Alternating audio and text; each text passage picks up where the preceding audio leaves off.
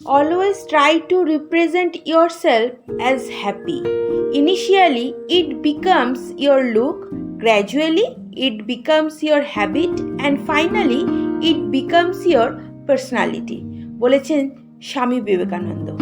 যত দুঃখ কষ্ট মান অভিমানী থাকুক না কেন, নিজেকে সবার কাছে হ্যাপি আর স্মার্ট দেখানোটাই হয়তো বুদ্ধিমানের কাজ।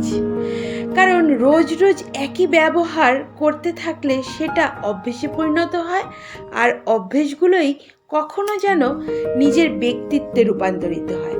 আর হাসি খুশি প্রাণোচ্ছল ব্যক্তিত্বের মানুষকে কে না পছন্দ করে। আমরা নিজেরা যতই রুক্ষ মেজাজের হই না কেন, অন্যের কাছ থেকে একটা মিষ্টি হাসিই তো আশা করি। আত্মীয় স্বজন পাড়া প্রতিবেশী সকলের কাছ থেকে এক ফালি মুচকি হাসিই তো আশা করি। সোশ্যাল মিডিয়ার পোস্টটিতেও স্মাইলি ফেসের রিয়াকশনই তো আশা করি। দেবদেবীদের মূর্তি ক্যালেন্ডার বা ফটোগুলোতেও ওরা হাসছে, ঘরের কাজের লোকটি হাসছে, সবজিওয়ালা মাছওয়ালাও হাসবে, বাসের কন্ডাক্টর হোটেলের ওয়েটার সকলেই শুধু আমাদের দেখে গুড রিয়াকশনই দেবে। কিন্তু কখনো কি ভেবেছি আমরা কি করছি উল্টো দিকের মানুষটির সাথে?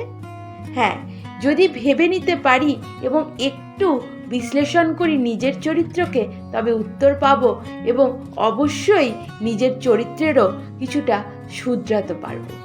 দেখছেন be positive to prosper, myself Madhumita.